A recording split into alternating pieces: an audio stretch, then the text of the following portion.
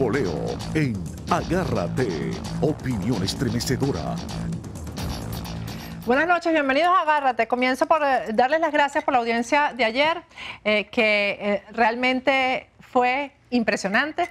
Gracias por todos los mensajes en las redes sociales y lo prometido es deuda. Ayer se los prometí que cada día publicaríamos el link del programa del día anterior en YouTube. Ya ustedes tienen en YouTube disponible el programa del día de ayer para quienes no los pudieron ver. Sobre todo esa gente que está en Europa, en España, en las Islas Canarias, que tantos no ven, ya tienen el link del lunes colocado. Mientras duermen, nosotros hacemos programa, pero mañana en la mañana, mientras nosotros dormimos, ustedes pueden ver Agárrate. Bueno, saludamos con muchísima alegría la decisión del juez del caso del ex alcalde de San Cristóbal, Daniel Ceballos, de darle casa por cárcel, aunque sigue siendo injusto porque Daniel Ceballos debería estar en libertad, más nada que en libertad. Bueno, ya hoy dormirá en su casa por decisión de un tribunal. Más tarde de lo que habíamos dicho, pero habíamos anunciado que esas medidas de casa por cárcel venían tanto para Daniel Ceballos como para Leopoldo López. Falta Leopoldo López porque parece mentira, pero en la casa los controlan más que en la cárcel. Y lo hemos visto en el caso de Antonio Ledesma, que desde que está recluido por enfermedad y desde que está recluido porque está preso en su casa, pues prácticamente no tiene activismo político, solamente en voz de su esposa Mitzi de Capriles. Esas cuentas las ha sacado el gobierno. En la casa son más manejables y más controlables que en la cárcel. Y Leopoldo López ha dado muestras de que se pueden romper todos los cercos, todas las barreras, todas las rejas para hacerle llegar mensajes al pueblo. En estos momentos tan difíciles que vive el país, esos mensajes no le convienen al gobierno. Vamos a arrancar de una vez con el tema que hemos anunciado en el Twitter y también tiene que ver con la justicia venezolana. Pues resulta que la Corte Suprema de Costa Rica negó la extradición de un venezolano que está solicitado por la justicia venezolana por diferentes delitos. La decisión que tomó la Corte Suprema de Costa Rica pues simplemente desnuda a la justicia venezolana, porque entre otras cosas dice que además de que los tribunales en Venezuela o el Tribunal Supremo de Justicia, que es el órgano que solicita la extradición, no ha demostrado con pruebas la culpabilidad del personaje en cuestión, pues además de eso la justicia en Venezuela no es confiable, los jueces no son libres, no son independientes y por eso la Corte Suprema de Justicia de Costa Rica negó la extradición de este personaje. Tenemos, yo creo que aquí en el exilio la persona más calificada para hablar de ese tema es el abogado Carlos Ramírez López, lo tenemos ya aquí en el estudio. Gracias, Carlos, por haber accedido a venir aquí. Buenas noches y muchas gracias, Patricia, por la invitación. Tenía que haberte invitado por el libro que acabas de presentar, pero eso también vamos a hablar. Me la debe. No, pero también vamos a hablar el día de hoy, pero se coló este tema que me parece que es sumamente importante y que todavía no es conocido a nivel mundial, porque que una Corte Suprema de un país hable de la justicia de otro país, yo creo que eso es bien importante, ¿no? Realmente es muy importante. Y no solo ese tema, porque el caso en sí envuelve una trascendencia tal que, como tú dices, desnuda los manejos de la justicia venezolana ante casos como este, que es un caso de clara corrupción, de millonaria corrupción, donde se han perdido 84.9 millones de dólares. Primero, ¿cuál es el caso en específico? Porque además hay como una especie de cerco en los medios de comunicación en Costa Rica que no mencionan a la persona en cuestión y el caso. ¿Cuál es el caso y por qué tanto interés del gobierno? Porque eso es el gobierno venezolano el que está solicitando la extradición. Sí, la información original parte de la prensa de Costa Rica, que reseña que su Corte Suprema de Justicia negó la extradición pedida por Venezuela de un ciudadano venezolano por delitos contra la cosa pública. Las notas de prensa que refieren este hecho no dicen el nombre de la persona, ni tampoco pueden detallar los hechos de qué se trata, porque hablan de estafa, pero no determinan en qué consiste esa estafa. Nosotros nos pusimos a investigar el caso, a pesar de las reservas, porque según se desprende de las mismas notas de prensa de Costa Rica, la Corte Suprema de allá aprobó en su decisión también mantener en reserva ese nombre. Que debe haber sido solicitado por la misma defensa Es probable. del individuo. Pero todo se sabe y no hay nada oculto entre cielo y tierra. ¿Cuál es el misterio y quién es el personaje? El problema es que se trata de una estafa en donde está involucrado una serie de personajes del gobierno venezolano. Hay una estafa de más de 84.9 millones de dólares con un juego de carpetas falsificadas, un truco de niños para sacar 84.9 millones de dólares de divisas. Tipo Cadivi. Tipo Cadivi. No es una cosa que se necesite hacer solamente una falsificación de una carpeta. Ahí hay gente involucrada adentro. Según reseñan la época en que ocurrieron los hechos, en que se descubre este hecho en el 2012, varias empresas fueron registradas con el propósito de estafar, con el fondo chino y el Bandes, pidiendo dinero. El fondo chino fue el aporte que hizo China para hacer obras en Venezuela. Supuestamente, sí, que era un fondo conjunto que celebró Chávez con el gobierno de China para supuestamente traer maquinarias y hacer una empresa de fábrica de maquinarias en Venezuela. Y allí estaban una serie de personajes, como por ejemplo el famoso Juan Carlos Loyo, que era ministro de Tierras y que de él se ha hablado mucho. Aparece también en un punto de cuenta pidiéndole el dinero a Hugo Chávez. Entonces fueron sacando y sacaron 84.9 millones de dólares que hasta ahora no se, desde 2012 hasta hoy no se sabe dónde está. Las investigaciones iniciales, Patricia, las hizo quien en ese momento tenía la dirección de contrainteligencia militar en Venezuela, el famoso general Hugo Carvajal. Exactamente. El Pollo Carvajal. Él fue quien dirigió las investigaciones desde un principio y esas investigaciones no llegaron a nada. No se sabe dónde está el dinero, los 84.9 millones. Entonces, o sea, se puede decir que este es como un chinito de Recadi, ¿cómo es que? Un chinote, Patricia. Claro, pero es culpable, pero no es el más culpable en todo caso. No, sí, es culpable realmente. Y hay otros personeros involucrados. Este parece ser una de las piezas fundamentales de aquel ajedrez.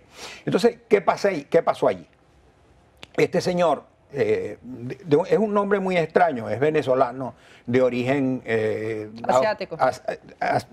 No, fíjate tú el nombre, D-O-J-C. D-O-J-C-D-A. Es difícil hasta pronunciarlo. Por eso lo prohibieron, para que la gente no se enrede. No había ni que verlo prohibido, porque con esa dificultad para pronunciarlo, imagínate, Patricia. Bueno, ese es el nombre de ese señor. Entonces, ese señor se fue a Costa Rica. En Venezuela, el Ministerio Público hizo una solicitud de detención con los elementos de investigación que en ese momento tenían. El tribunal, el procedimiento es ese, el Ministerio Público le pide a un juez que detenga a una persona en base a un cúmulo probatorio inicial que ha recogido. El juez, si lo considera procedente, decreta la detención de la persona. El Ministerio Público puede entonces pedir que se oficie para la extradición. El tribunal, visto los recaudos, le pide a la Corte Suprema, al Tribunal Supremo, a la Sala Penal, que le dice que le acuerde la extradición, que le permitan traer al ciudadano que está requerido para juzgarlo en Venezuela. Eso ocurrió de esa manera y se dictó una sentencia en la Sala Penal del Tribunal Supremo de Justicia pidiendo la extradición. La información es que fue negada. Eso es un hecho. Independientemente la razón es lo que yo hablaba al principio del programa, ¿no? Una de las razones que da uno de los magistrados es que en Venezuela los tribunales no son independientes. Sí, eso, bueno, es una reseña de prensa que yo no he podido tener la sentencia. Lo que sí tengo en mis manos es la sentencia del Tribunal Supremo de Justicia de Venezuela que acordó la extradición. Y esa sentencia, ahí hay unos vicios de procedimiento que es muy probable también. En la sentencia. En la sentencia del Tribunal Supremo de Justicia de Venezuela. ¿Por qué? Porque está pidiendo la extradición de una persona en base a una orden de detención. Sin prueba. Ningún elemento probatorio sólido y además, no solo eso. Bueno, eso también está en la decisión de la Corte Suprema de Costa Rica. Vamos a suponer, Patricia, que hubiese evidencias más o menos serias de eso. Pero lo que exige la jurisprudencia y la ley es que la persona haya sido acusada, que se presente una acusación formal del Ministerio Público contra la persona, que tenga una orden de detención, pero que exista una una orden de una acusación del Ministerio Público. En este caso no hay acusación, hay la denuncia y hay la petición de prisión. Es muy probable que la Corte Suprema de Costa Rica haya observado que es una irregularidad. Esas fallas, como las has notado tú, que eres especialista. ¿Cómo se expone un Tribunal Supremo de Justicia de Venezuela a quedar en ridículo tan feo ante otro órgano de similar Porque categoría? están acostumbrados a hacerlo con países como Panamá, por ejemplo, con el actual gobierno de Panamá, y debo decirlo, y que no les importó nada, por ejemplo, para extraditar a Eduardo Figueroa, un militar retirado de Venezuela, simplemente para mandarlo sin pruebas, sin que hubiera acusación firme, sin que hubiera absolutamente ninguna evidencia de que había cometido el delito que cometió. Que ellos decían, perdón. Que bueno, y a otras personas, ¿no te acuerdas que secuestraron, que llegaron allá y lo agarraron por los cabellos y lo trajeron? Exactamente. Pero ya eso fue el anterior gobierno a Martinelli. Este gobierno actual, pues entonces ha puesto en peligro, incluso en riesgo, la vida de este joven venezolano Eduardo Figueroa, que hasta el momento no se sabe ni siquiera cuál es su estado de salud. El caso de Costa Rica ha actuado distinto, ¿no? Ha actuado como debe actuar, primero independiente. Un Estado de Derecho, sí. Porque yo te aseguro, Carlos, que el presidente de Costa Rica no llamó al tribunal, a la Corte Suprema de Justicia de Costa Rica para decir cómo actuar en ese caso. En Costa Rica hay una justicia seria, es una justicia seria. Y aquí está una demostración que ha negado, no sabemos exactamente los términos de la decisión, se está colando esto de que cuestionan la justicia de Venezuela, etcétera. Pero lo que sí se está viendo, entonces, es que la petición que hace el Tribunal Supremo de Justicia de Venezuela tiene falla. ¿Qué pasa en estos casos? Porque tengo entendido que el sujeto está detenido, Don Juan Chan, ese señor está detenido allá en Costa Rica. ¿Tienen que ponerlo en libertad, me imagino? ¿O qué pasaría en ese caso? Según reseña la prensa de Costa Rica, lo pusieron en libertad. Ya está en libertad. Y está en trámites de casarse con una costarricense. Seguramente para, tú sabes, obtener la protección. Ahora, ¿será el único solicitado por lo del fondo chino? Porque fíjate esto, fíjate. La investigación cubre a 8 personas, Patricia. Casi 90 millones de dólares, Patricia, y la gente no estuvo preso un día. Les dieron libertad en su casa. A los que están en Venezuela. A los que están en Venezuela. La libertad que le están dando a Ceballos hoy en día, después de 2 años, 3 años. Que te aseguro que no es la misma, porque te aseguro que a esos del fondo chino ni los vigilan. Bueno. A Daniel Ceballos no lo van a dejar ni respirar. Está bien, dentro de pero su casa. fíjate, ¿cuánto tiempo lleva preso Leopoldo López? No le han dado. Para 2 años. ¿Y qué hizo Leopoldo López? Hizo un discurso.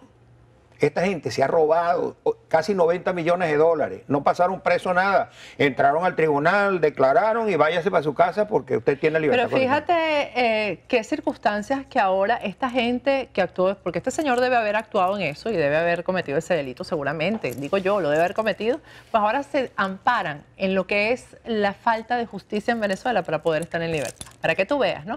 Entonces eso le ha funcionado a unos que no debería funcionarle, pero a otros que sí les debería funcionar, no les ha funcionado, como el caso de Eduardo Figueroa. Sí, el problema es la partidización de la justicia en Venezuela. Exactamente. Vamos a ir a un corte. Al regreso vamos a conversar con Carlos Ramírez López sobre un tema que a mí siempre me pareció importante y pasó por debajo de la mesa, y creo que por eso es que estamos como estamos en Venezuela, el tema de la constituyente. Pero además me vas a hablar de las inhabilitaciones, Carlos, porque anoche entrevistamos a uno de los inhabilitados y decía, a mí me han inhabilitado y ni siquiera... O sea, tengo una investigación que está abriéndose y con eso me inhabilitaron. Eso es justicia, lo que hay en Venezuela. Al regreso seguimos conversando con el abogado Carlos Ramírez López.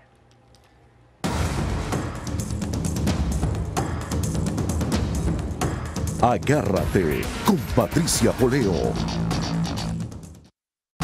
Regresamos con Agárrate y estamos recibiendo una información por parte de nuestro colega José Rafael Ramírez. Dice, desde la cárcel de Ramo Verde, urgente, sacan de emergencia al exfuncionario de la Policía Metropolitana, Arube Pérez Salazar, sentenciado en el caso político del 11 de abril. Está presentando problemas del corazón y está vomitando sangre. Lo llevaron al hospital Victorino Santaella. Este es uno de los presos políticos, yo diría que el más antiguo, junto con sus compañeros de la Policía Metropolitana. Nunca se les pudo comprobar nada y fueron sentenciados a 30 años de cárcel. Y quizás mueran en el camino a ser liberados por una justicia que deberá llegar en algún momento en Venezuela. Carlos, bueno, ahí está. Esto es uno de los casos, los presos políticos de los que nadie se acuerda. Porque nadie se acuerda que hay unos policías metropolitanos condenados a 30 años de cárcel que están presos del año 2002, ya tienen 13 años presos y nadie se acuerda de ellos. El tema de las inhabilitaciones, antes de entrar al libro que además yo creo que había que escribirlo y había que dejar eso para la historia, Carlos. Las inhabilitaciones, ayer te decía Abelardo Díaz, decía, a mí me inhabilitaron y no tengo un caso, ni siquiera en la Contraloría, y fui inhabilitado. Porque, claro, el gobierno escoge a los que más broma echan, ¿sabes? A los que precisamente hacen las cosas como el gobierno no les conviene y los ha ido inhabilitando. Sí, es que todo el aparato del Estado ha sido trastornado en función de una ideología política y de un partido político. No existe, lo que es un Estado democrático es un complejo organizacional integrado por distintas áreas de poder. Cada una cumple su rol, su función, se interrelacionan y se colaboran entre sí, pero también se soportan y sirven de contrapeso. El Poder Judicial ejerce sus funciones de juzgar, pero también es contrapeso del Poder Ejecutivo, para que el Poder Ejecutivo no se exceda en sus atribuciones frente a la sociedad. Es parte de los controles de la sociedad. Cuando esos controles desaparecen, no hay la democracia, porque esa es la base de la democracia. ¿Qué es lo que está pasando en Venezuela? Que con respecto a estas inhabilitaciones, fíjate que la Constitución esta del 99 que ellos hicieron, la denominada, entre comillas, bolivariana, dice en su artículo 49 que en toda actividad jurisdiccional o administrativa se debe preservar un debido proceso. No se puede juzgar y condenar a nadie administrativamente ni judicialmente sin darle derecho a la defensa. ¿Y qué es lo que está ocurriendo con estas inhabilitaciones? Que juzgan, sentencian e imponen de una vez la condena a las personas sin haberle permitido que se defienda. Entonces un funcionario administrativo, como es el Contralor General, designado también por el Poder Ejecutivo, con su mayoría que tiene fraudulenta en la Asamblea Nacional, inhabilita a quien quieren inhabilitar. Emiten un oficio, una hojita de papel, que se la mandan al CNE y le dice, este señor está inhabilitado y no puede ejercer ninguna función pública.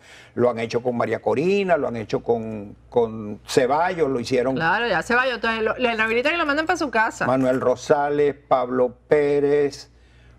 Enzo Escarano. Enzo Escarano, sí, todo el que ellos consideran que tiene alguna relevancia política que pueda disputarle. Que tienen liderazgo. Que tienen realmente tienen liderazgo. Entonces hacen eso. Carlos, ¿esa Constitución es mala? No, ¿O es que la han violado demasiado? Fíjate tú, yo te voy a hacer un resumen, una pastilla de lo que está pasando con esta Constitución. Esta Constitución se forma en base a un fraude. Chávez hizo una Asamblea Nacional Constituyente amparándose en una petición que le hizo a la Corte Suprema de Justicia, cuando funcionaba la Corte Suprema de Justicia de Venezuela, de que le permitieran consultarle al pueblo de Venezuela si se podía hacer una constituyente. ¿Qué es una constituyente? Una constituyente es una asamblea que se eligen unos diputados, unos representantes para elaborar una constitución. Eso ya ocurrió en Venezuela. Teníamos una constitución que se promulgó en 1961. Esa constitución es la ley de la República. En base a esa ley de la República no se podía hacer una constituyente porque no lo permitía. La Constitución establecía o establece que solamente se pueden hacer reformas a la Constitución, parciales a la Constitución. Y Chávez, la proposición de Chávez era cambiarlo todo, cambiar Constitución y cambiar todos los poderes. Él le pidió a la Corte Suprema permiso entonces para consultar al pueblo si eso se podía hacer. La Corte le dijo que sí, yo digo bobamente, porque ha debido decirle no, la Constitución no lo permite. Pero se lo permitió y le dio cierto viso de legalidad. Entonces Chávez hizo el referéndum ese consultivo. También la Corte le dijo, usted lo puede hacer, pero olvídese de que va a ser una constituyente originaria. Usted no va a hacer una constituyente para cambiarlo todo. Va a ser una constituyente para hacer una constitución. Para hacer una constitución le permitió, para hacer una constitución. Y bajo las siguientes reglas. Entonces Chávez violó todas esas reglas.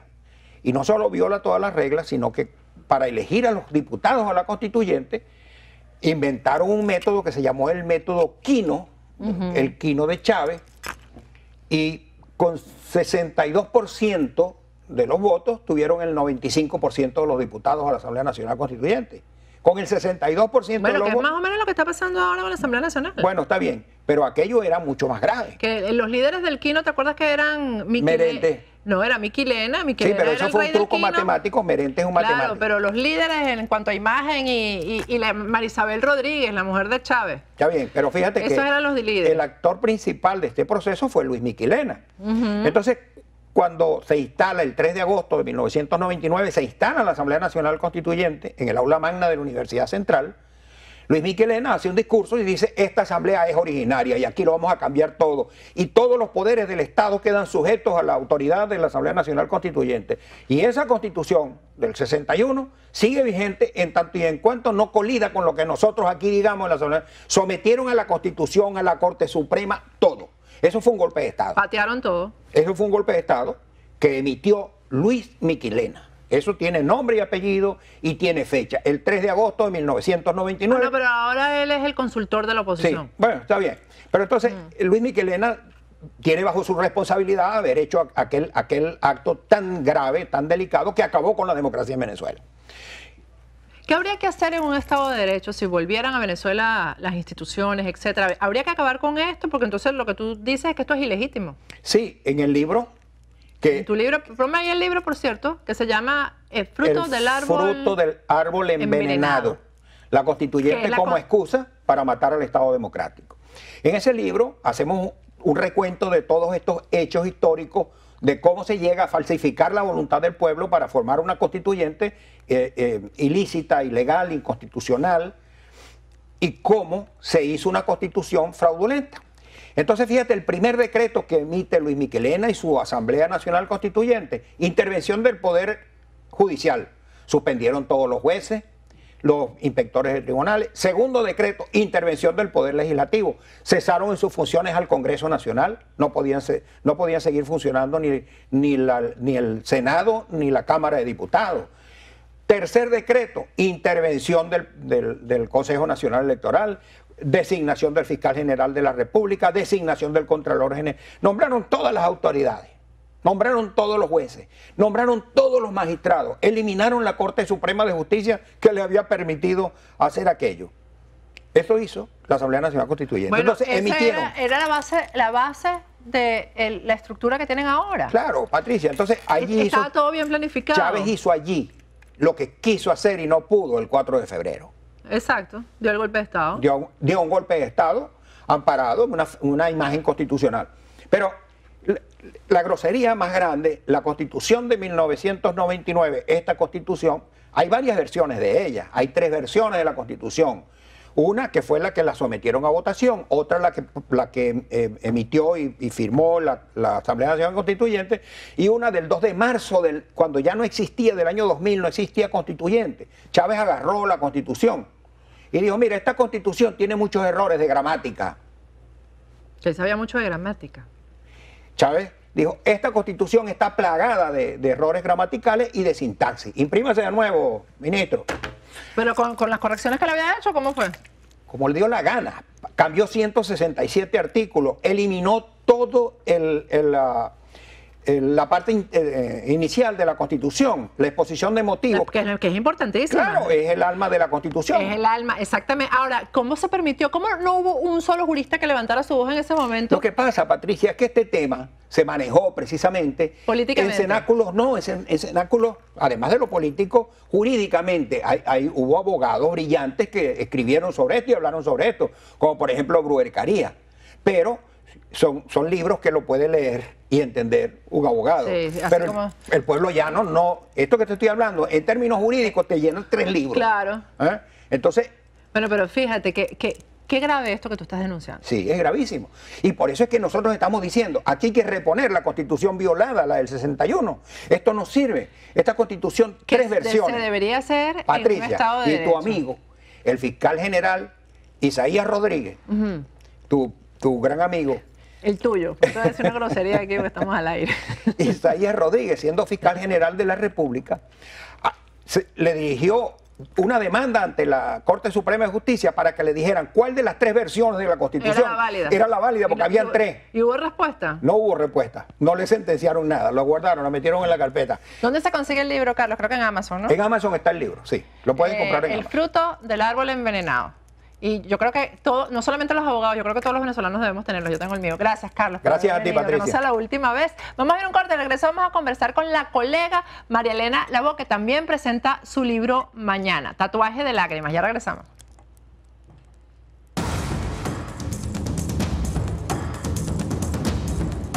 Agárrate con Patricia Poleo. Regresamos con Agárrate, ya vamos a conversar con María Elena Lavoe, pero primero vamos a ver un sonido de nuestros aliados, vamos a ver un sonido ahí, estoy hablando como Nicolás Maduro, vamos a ver un trabajo de nuestros aliados La Voz de América sobre la respuesta que el Departamento de Estado le da precisamente a Nicolás Maduro, vamos a verlo.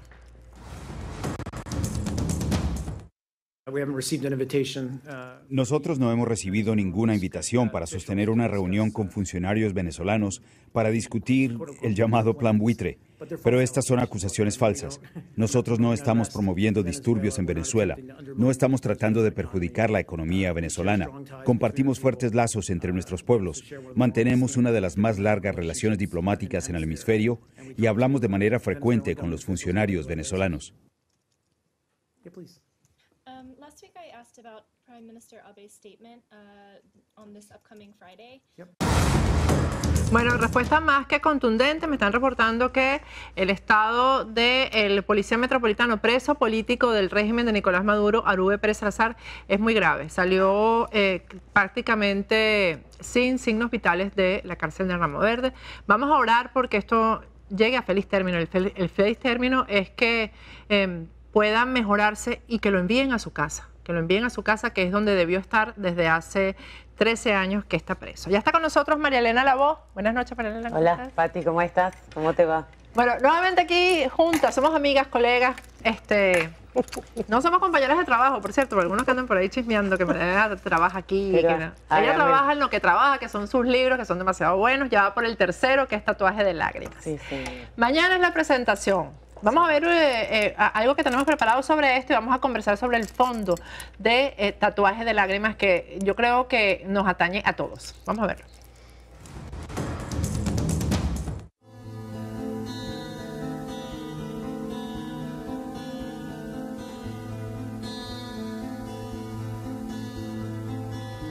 Cada 15 segundos, una mujer es agredida en alguna parte del mundo.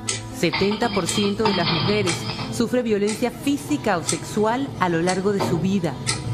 35% de las mujeres del mundo han sufrido violencia de pareja o violencia sexual por terceros en algún momento de su vida. Solo el 14% de las mujeres se atreve a denunciar a su agresor. La violencia contra las mujeres no es exclusiva de ningún sistema político o económico. Se da en todas las sociedades del mundo y sin distinción. Ese tema de que se da en todas las sociedades del mundo es bien importante, porque se cree que esto es un tema, María Elena, de los sectores sociales menos pudientes, y es mentira. Fíjate tú, Patricia, esta estadística que a mí me dejó helada. Entre el año 2001 y el año 2012 murieron 6.000 y pico de soldados estadounidenses en Irak y en Afganistán. 6.000 y pico.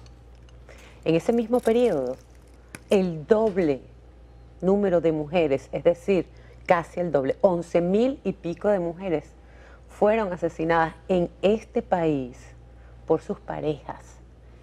Escucha lo que estamos planteando aquí. Es tan grave como que este país desarrollado y protector en muchos aspectos, capitalista del primer mundo, tiene una estadística que se acerca mucho a los países del tercer mundo. Aquí en este país, según el FBI, solo el 46% de las mujeres denuncia. Y la mayoría no lo hace por miedo. Eso te iba a preguntar, la razón es miedo. Aquí pasa mucho el tema de inmigración también, que muchas están atadas al marido que las maltrata por el tema de inmigración y el tema económico. Yo creo que tristemente el tema económico sigue siendo el preponderante, es decir, la aprensión y el miedo de la mujer a quedar desasistida, porque por lo menos en este país donde uno afortunadamente puede acceder a una estadística y sacar una conclusión, no como en Venezuela, además, sí, que hasta los parámetros del Banco Central los cambiaron para poder manipular las cifras, una cosa insólita, porque si hay algo absoluto en la vida es un número. Pues no, en Venezuela ni eso, pero aquí sí, Patricia. Aquí, por cada dólar que se gana un hombre, la mujer gana 75 centavos. Sí, eso es insólito. Yo cuando me enteré no lo podía creer. Aquí las mujeres ganan $10.000 en promedio, menos Sí. que el hombre cada año. Eso es así. Entonces hay una aprensión de la mujer, un miedo a la incertidumbre, a qué me va a pasar, todavía no soy económicamente estable. En fin, es un país que tiene, igual que Venezuela, tiene una ley de protección a la mujer, aprobada, por cierto, durante el gobierno de Bill Clinton y refrendada en el 2012 por el Congreso, 2013 creo, de este país.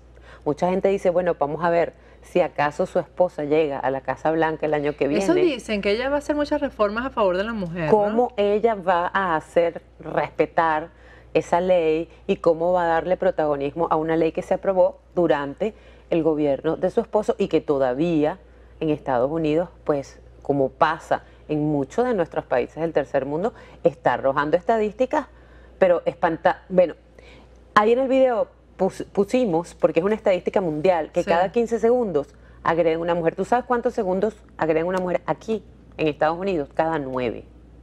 Cada 9 segundos una mujer es agredida en los Estados Unidos. Cada año hay 4 millones que son muertas por sus parejas, pero hay 18 millones que van a los hospitales, las clínicas, a denunciar maltrato físico, psicológico, crisis de angustia, malestar estomacal, somatización del estrés. Pero también hay un poco de descuido por parte de las autoridades, porque están acostumbrados a que esas mujeres que denuncian regresan con el marido, ¿no? Y muchas veces regresan en la mayoría de los casos, y entonces por eso las autoridades o los propios policías dicen, bueno, ya he venido a esta casa ya muchas veces por este tema y tengo que volver a venir en vez de que esta señora se separe de este señor o lo deje, etcétera, etcétera. Y es un problema social que está en todas partes del mundo. Pero yo creo que hay que agregarle al tema de que muchas mueren en manos de la pareja, a que ellas terminan muchas veces en la cárcel por defenderse de esas parejas, ¿no? Sí. Eso es una de las caras más dramáticas de este problema. Y no he averiguado la estadística aquí, pero sí sé que en países como el nuestro, donde, bueno, tú lo acabas de abordar en los 2 segmentos anteriores de este programa, la corrupción en el Poder Judicial es galopante en Venezuela y en algunos otros países de América Latina. Entonces, cuando una mujer ve que tiene por fin una ley que la ampara, acude a los tribunales, venciendo toda esta cantidad de obstáculos, de complejos, de miedos, pero decide ir a un tribunal y el tribunal no le responde, pues esta mujer se ve contra la espada en la pared y dice, ¿es mi vida? ¿Es mi vida y la de mis hijos? ¿O es este maltrato permanente? Y toma la justicia en su mano. ¿Qué te llevó a ti a tocar ese tema en particular? Porque es que no solamente es que ella escribió el libro, sino que ella está dedicada a esto en el sentido de que se han reunido en charlas, en pequeñas conferencias. Lo de mañana no es una simple presentación y me vas a hablar un poco de eso. Es simplemente alertar. O sea, el libro tú lo estás haciendo como una denuncia, pero además has ido más allá de escribir el libro. ¿Por qué este tema? Bueno, es un tema que a mí siempre me preocupó como mujer. Que nunca hemos sido maltratadas, por cierto, ninguna de las dos. Eso me lo preguntan mucho. Acláralo, porque Sí. seguro fue que el marido le pegó. Pero fíjate que yo me siento, a mí me complace cuando me preguntan eso luego de haber leído el libro y me dicen, pero es que parece que los golpes te los dieron a ti, porque yo lo siento y me oprime y me aflige que esto siga pasando, Claro. porque no es posible que siga pasando. Esto no es, mira, yo hice una nota hoy en mi Facebook porque me preocupa que a la luz de todos estos eventos que estamos haciendo con la excusa del libro, se interprete como que somos unas activistas del feminismo. No, señor, nosotros no somos activistas del feminismo y esto no es una causa. Exactamente. Esto es un problema de salud pública que afecta a la mujer víctima, a los hombres víctimas, que también los hay, pero que afecta a la vida de pareja, y la pareja es el origen de la familia y de la sociedad. Por lo tanto, y afecta muchísimo a los hijos. Por supuesto. A los hijos, a los varones que ven a su mamá golpeada y a la hembra que ven que a la mamá la golpean, porque terminan convirtiéndose en lo mismo. Sí, sí, absolutamente. El problema social termina siendo sumamente grave. Qué terrible es, por ejemplo, cuando a una amiga le está pasando y tú no puedes hacer nada, ¿no? Sí. Que tú no puedes rescatarla de eso, decirle, déjalo. Que no puedes hacer nada, no. Que tú le Tratas, alertas y le das las exacto. herramientas y ella no tiene cómo salir porque no encuentra internamente la fortaleza suficiente y no es suficiente que tú le pongas el brazo al lado. Muchas veces no es suficiente. Eso tiene que venir del interior. Y te digo, Patricia... Esto es como el alcoholismo, tienes que asumir pues que tienes sí, un problema, ¿no? Pues sí, es lo primero. Para poderlo enfrentar y poderlo resolver. Para buscar una solución, tú lo primero que tienes es que tener claro que realmente estás en un problema. Eso es más Mañana es la importante. presentación, ahí vamos a estar. Por cierto, el programa de mañana es grabado porque yo voy a estar ahí. Les aviso que el programa lo vamos a grabar, pero bueno, igualito lo van a tener aquí. Voy a grabar apenas unas horas antes. Es a las 8 de la noche en Books and Books. Es a las 8 de la noche en Books and Books y yo quiero aprovechar de agradecer a una persona muy especial que es Fefi Tol. Es una mujer con la que me he tropezado en el microteatro, justamente cuando hicimos la adaptación que hizo José Eduardo Pardo del libro. Y es una mujer que se ha compenetrado mucho con el mensaje. Por eso te digo que es más allá de una causa. Esta mujer, esta maravillosa mujer que trabajó durante 25 años en los canales de televisión aquí en Estados Unidos, que tiene una plataforma para resaltar y realzar los valores familiares a partir de la mujer. Es la gran gestora de que nos hayamos ido aglutinando distintas mujeres de distintos ámbitos, con roles totalmente diferentes, pero todas tenemos una vinculación de alguna manera con este tema. Y mañana vamos a compartir incluso el testimonio de 2 víctimas de distintos tipos de violencia. Un caso excepcional de una mujer que fue agredida por su pareja, pero que pudo superar la violencia junto con él y vivir unos años de felicidad junto a su pareja. Superaron violencia física, psicológica. Es decir, sí se puede salir. Y en el otro caso tenemos a una cantautora, una compositora nacida en Nueva York de familia latina que vivió violencia familiar de parte de su mamá y de la pareja de su mamá y luego de su propia pareja. Y hoy en día es una artista con una carrera, con unas aspiraciones, con una pareja, con unos hijos bien educados. El caso que tú tratas en tu novela es un caso, yo nunca sé decir esa palabra, que además soy una representante de eso, es un caso de resiliencia. Es un caso de resiliencia. Sí. Resiliencia, que Sí. es cuando tú incluso usas lo doloroso de tu vida para hacer algo bello de tu vida y para surgir, yo creo que eso es una de las cosas más bonitas de ese libro. Exactamente, es así. La resiliencia es la capacidad que todos tenemos y muy pocos usamos para sacar de nuestro interior el poder que todos tenemos para superar situaciones difíciles, adversas y dolorosas. Esta mujer lo hizo y sí, es un caso de resiliencia cuando el ser humano es sometido a situaciones y condiciones extremas y sin embargo es capaz de encontrar internamente las herramientas suficientes para poder salir adelante y luego incluso al ver en perspectiva ese evento traumatizante del que nunca te vas a olvidar porque es así, lo puedes ver como una oportunidad de haber crecido y de haber avanzado. De eso se trata. Bueno, ahí vamos a estar 8 de la noche. Mentirosa, embustera, ¿eh? ¿Qué? 5840. Está hablando de violencia. Sí. A mí me han acusado de violento, ¿eh? Y de narco, ¿eh? ¿Es en serio? Tiene una prueba y el cartel de los soles. ¿Tú fuiste una, ¿eh? ¿Tú tienes prueba de eso? No, ¿Tú tienes yo prueba de no. eso? ¿Eh? No, que Estamos va. llenos de amor. Los hombres estamos llenos de amor. Eso es mentira. ¿Es en serio? Es mentira. ¿Eh? Mira, tú eres un gran maltratador de mujeres, ¿oíste? Por cierto. Cuando yo te he dicho... David Comedia está aquí con nosotros. Mira, David, nos ha sorprendido. Ah, Yo también. ¿En qué nos encontraste aquí a las dos? Nos estábamos conspirando. ¿Te das cuenta que yo, es mentido? concha, ¿Es mentido? Hablando de golpes y ¿Cuánto? cosas. Cada vez que escucho golpes me meto ahí. ¿Tú crees que te están llamando, verdad? Mira, el otro día te fuimos a ver, muy bien, el Sí, espectáculo. gracias. Muy Todo bien. bueno. Mañana vas a ir a la presentación del libro. Claro. Tienes que estar ahí. Claro. 8 de la Bien. noche, Books and Books, ahí vamos a estar al regreso. Vamos a conversar con David Comedia, que es Diosdado, pero también es Caprile, que es muchas cosas al mismo tiempo. Ya volvemos.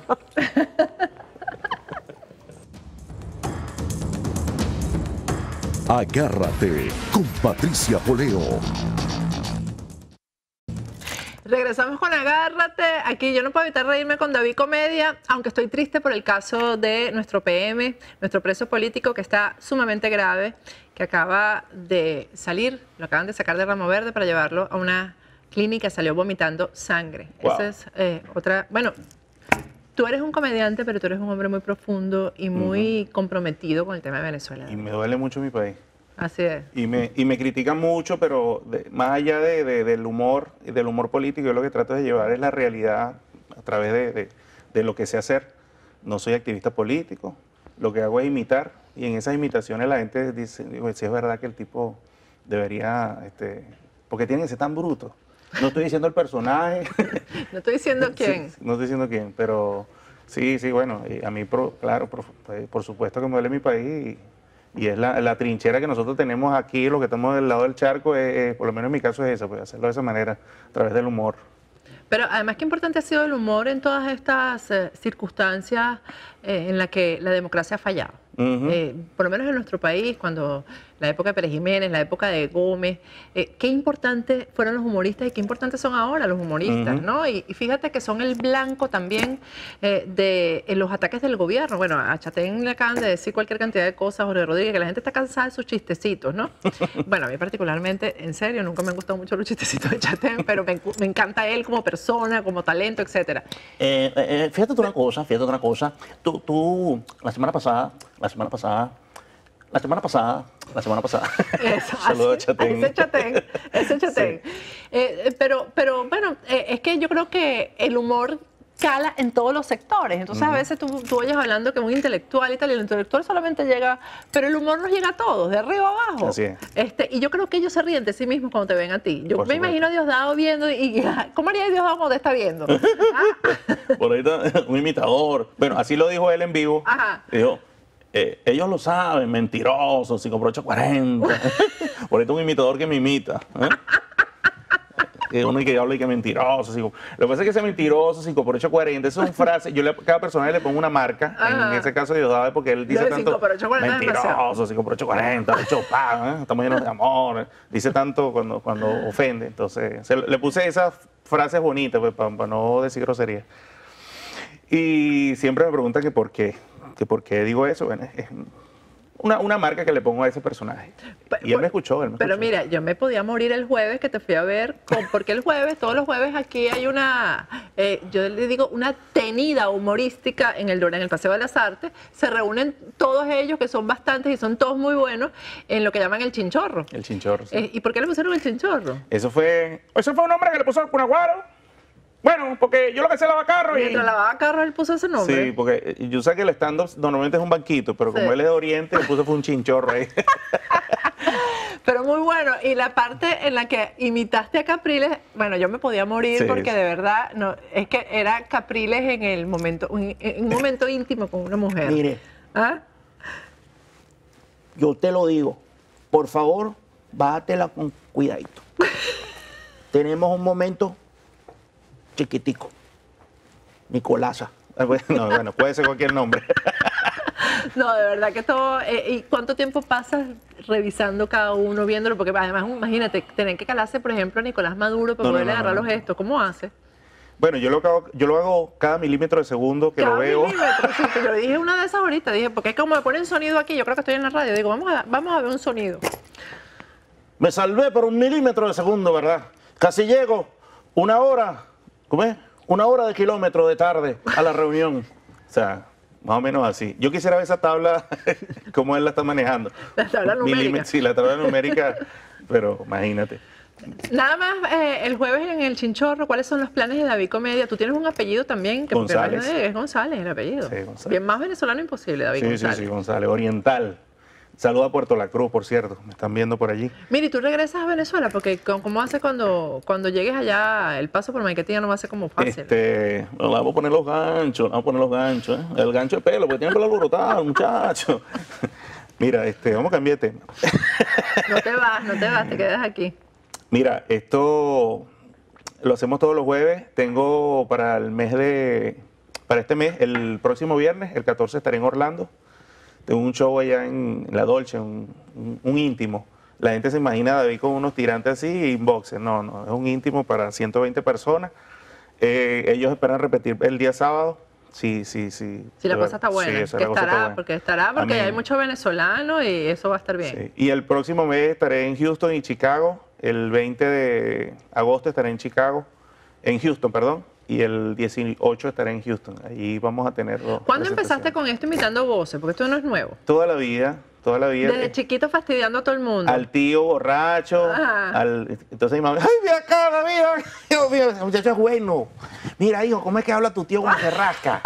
Y empezaba yo, mira, mamá, abre la ventana. Y entonces por ahí le iba sacando la cosa. Yo tenía como 12 años y imitaba que si al gocho. Ah. Venezolano, a mí me llamaban bruto.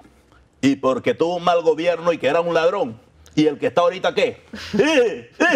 Bueno, ¿Y tú sabías que tú ibas a vivir de eso, que tú quieres dedicarte En a eso? absoluto. ¿O cómo pasó eso? ¿En qué momento tú dijiste, voy a ser comediante?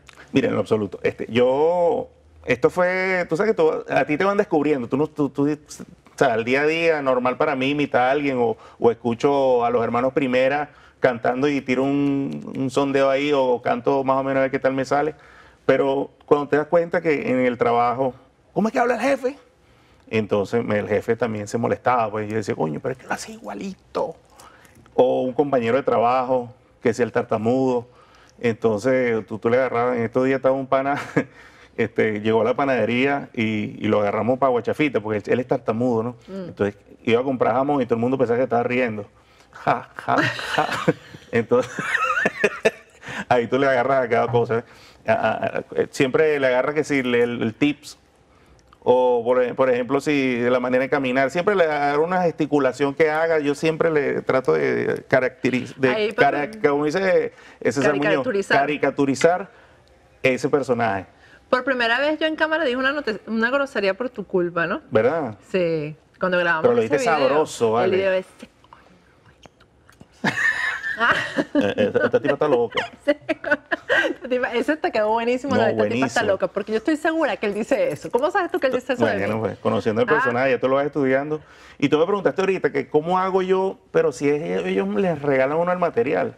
No, sí, es demasiado. Yo me imagino que tienes exceso de material, ¿no? Sí, más bien me dicen, mira, no, pero sí ya pasó de moda. ¿No escuchaste lo que dijo ayer? Y yo, no, pana, o sea, gracias. Y uno creía que Luis Herrera daba material, No. uno creía que Lucinchi daba material, y cuando uno ve esto, es como exceso, ¿no? Ese señor bien pasado, ese gocho. Qué vergüenza para el país. ¿Y ahora? Así Ah. es, así es. Bueno, hasta yo, Y los bueno, hasta a mí personajes me extraña. femeninos, los personajes femeninos, no hay ninguno imitable ahí. Mira, yo una vez estuve imitando a Tibisay. Por ejemplo, cuando hubo las elecciones del PSUV, hace poco, sale ella en su balcón, que todo el mundo está esperando el balcón ese. El balcón. El balcón, sí. Según las encuestas del conteo de las fotos y las botas, papeletos y papeletas, los del PSUV se equivocaron, hicieron la cola, fue en Farmatodo. Entonces, y eso fue un boom esa noche, ese Instagram. David Comedia, David Comedia es tu cuenta en Instagram, Twitter, YouTube. pero tú te manejas mejor en Instagram En Instagram, sí. Que es yo Se soy vende lo más. contrario, se vende más. Se vende, ¿en qué sentido se vende? Porque En los videos y que la gente está esperando una imitación. Pues yo sí, en Twitter es puedo mucho decir, más, claro, el Twitter, sí, la cosa del Instagram es el video, es la imagen. es correcto. Yo me muevo mejor en el Twitter, pero bueno, ahí estamos. Sí. Tratando de hacer un esfuerzo en Imagínate el yo, Instagram. cómo me costaría hacer una imitación escribiendo 140 y tantos caracteres. Yo subía chistes y chistes buenísimos. No, esto lo voy a hacer un palo. Me retuiteaba a mi esposa y yo, ay. Mira, son varios comediantes que están aquí y que están en el Chinchorro, pero son todos muy buenos. Hay uno ahí que no me sé el nombre, que yo es venezolano, es argentino, el que es amargadísimo y el que... ¿Ese de dónde es? Eso es Él es- buenísimo. Él es Elías Muñoz, él trabajaba en Misión Emilio. Ajá. Yo le digo, hoy por cierto, no se lo he dicho, pero se lo voy a decir a través de este programa, Ajá. que él es el Ricardo Arjona del humor. Porque- Uy, tipo más mal. No, él no es malo, él lo que pasa es que es demasiado amargado. Lo que ¿Ah? pasa es que él habla de esta manera. Yo te mando un saludo a ti, Patricia, de parte de Elías Muñoz. Ya terminé la entrevista porque necesito irme. Ese es mi personaje. Gracias, David. Ya saben, todos los jueves en el Paseo de las Artes, aquí en el Doral, está David Comedia y otros comediantes que son todos demasiado buenos. La verdad que uno lo pasa riquísimo y por un precio muy, muy bajo. Por eso es que tienen que tener los anunciantes que lee Elías Muñoz. Unos carros malísimos, pero vaya y cómprenlo. Pero vaya y cómprenlo. Si va para allá de parte mía, ya es problema suyo. Gracias, David. Gracias a ti, mi amor, por la invitación. Muchísimas gracias. Bueno, nos despedimos hasta mañana. Ya saben, mañana el programa es grabado porque vamos a estar en la presentación del libro de María Elena Labo, Tatuajes de Lágrimas, pero aquí vamos a estar a las 9 de la noche, hora de Miami, 8:30 hora de Venezuela, 8 en Panamá, 8 en Colombia. Hasta mañana.